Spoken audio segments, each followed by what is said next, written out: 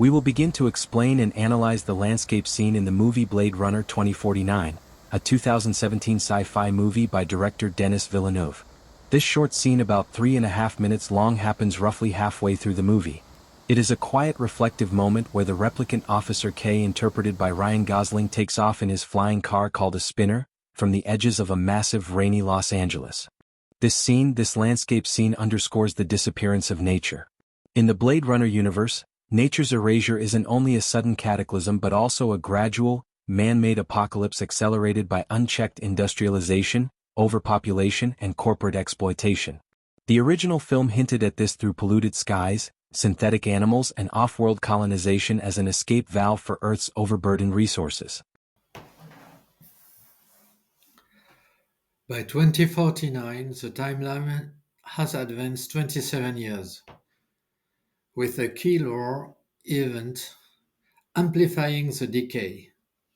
This is the blackout of 2022, a global electromagnetic pulse event that wiped digital records, crippled infrastructure, and triggered societal collapse.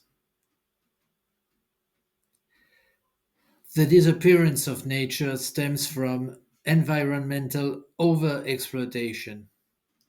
Decades of pollution, deforestation, and resource wars have rendered Earth infertile. Real animals are extinct or rare. The film's opening shows a massive synthetic protein farm harvesting grotesque lab-grown larvae instead of crops. Natural reproduction is failing. Replicants, bioengineered humanoids, are sterile. But even baseline humans struggle with fertility. Nature's disappearance stems also from corporate domination. The Wallace Corporation monopolizes life itself, producing replicants for off-world labor while terraforming other planets. On Earth, this means synthetic substitutes everywhere. Nature isn't just absent, it's commodified and corrupted. Real nature is a luxury for the elite, maybe. By 2049, even that illusion crumbles. Rain is acid-laced, skies are ochre with smog, and the only green is in fabricated memories. The erasure of nature underscores the film's eco-philosophy. Humanity didn't end nature in a nuclear incident only, but in a whimper of indifference, trading wilderness for walled-off megacities. Nature's ghosts haunt the frame, a brief, rain-washed glimpse of a real tree in a memory sequence. There aren't redemptions, they're taunts reminding viewers of what's lost. LA embodies exofascism's endpoint. A fortress city for the wealthy remained on Earth, ring-in by wastelands where the poor scavenge synthetic scraps. Beyond Los Angeles, the world is a patchwork of failed escapes, evoking a post-nuclear diaspora. Abandoned zones like the Las Vegas ruins are dusted in orange grit, with skeletal casinos half buried, their holograms flickering like ghosts. No trees but vast underbellies are for the underclass which lives in fetid slums. Los Angeles is shown in a state of intense cold and frequent snowfall, a radical departure from its actual climate. This underscores that the climate is seriously screwed up and contributes to the atmosphere of melancholy and doomsday. The absence of nature and the rarity of organic life reinforce the theme of artificiality and the replicant's quest for a soul. The existence of life that is not produced but born, the quest for the replicant child, represents a miracle of nature, the desire for humanity, the underlying humanity of replicants, and a hope for renewal in this dying world. Let's focus now on the so-called landscape scene, that is to say the scene of the flyover of Los Angeles. This scene where Kay lies in his spinner, his flying car toward a San Diego orphanage and his flyover Los Angeles, is a crucial scene for both the atmosphere and the narrative. The Los Angeles flyover exposes the dizzying vastness and desolation of the megalopolis. We see protective seawalls and a perpetually dark, rainy, or hazy urban landscape, emphasizing Kay's solitude. These wide shots reinforce the feeling of an overwhelming world, where the individual is insignificant against technological and environmental forces. In this ravaged future, where nature appears to have been eradicated by industrialization, pollution, and wars, the development of replicant bioengineering emerges as a fascinating paradox. It is both an accompaniment of nature by mimicking and prolonging its vital processes, and a completion of it by filling its fatal gaps to reintroduce life and evolution into a sterile ecosystem.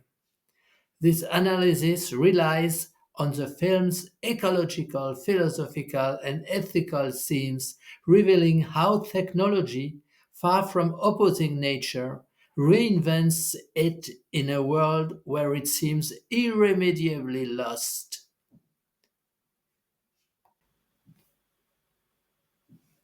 The setting of Blade Runner 2049 depicts a Los Angeles in 2049 marked by an unprecedented ecological collapse. Flashbacks evoke a blackout of the 2020s, a crisis combining famine, massive pollution, and resource depletion, which led to the near complete disappearance of vegetation and natural cycles.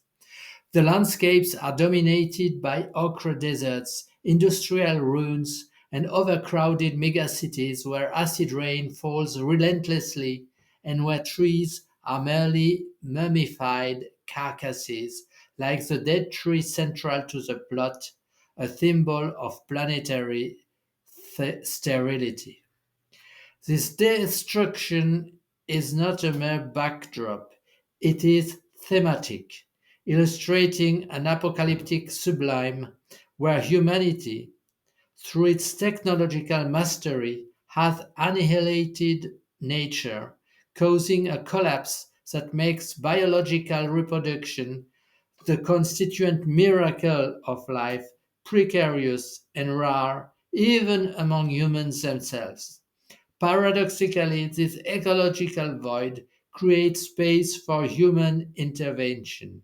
Replicant bioengineering, developed by the Tyrrell Corporation and later by the Wallace Corporation, emerges not as a rupture but as a vital response to this absence. Replicants are not mere machines. They are bioengineered beings, organic hybrids created in laboratories from living tissues, endowed with beating hearts, blood, and functional brains. In the film, the protagonist Kay, played by Ryan Gosling, an Nexus 9 replicant, embodies this fusion. Stronger, more resilient, yet emotionally vulnerable, he navigates a world where his artificial nature condemns him to slavery. Initially sterile, a programmed flow for control, the previous generation of replicants introduces a break in 2049. The discovery of a replicant child born from a union with a human hidden for decades.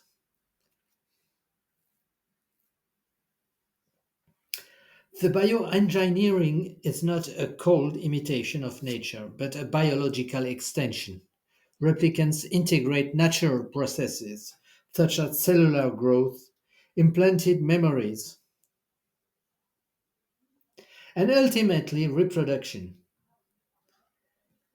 Nayenda Vallas, the visionary magnate, conceives of them as angels destined to populate the stars, transforming their potential fertility into a tool for interstellar colonization.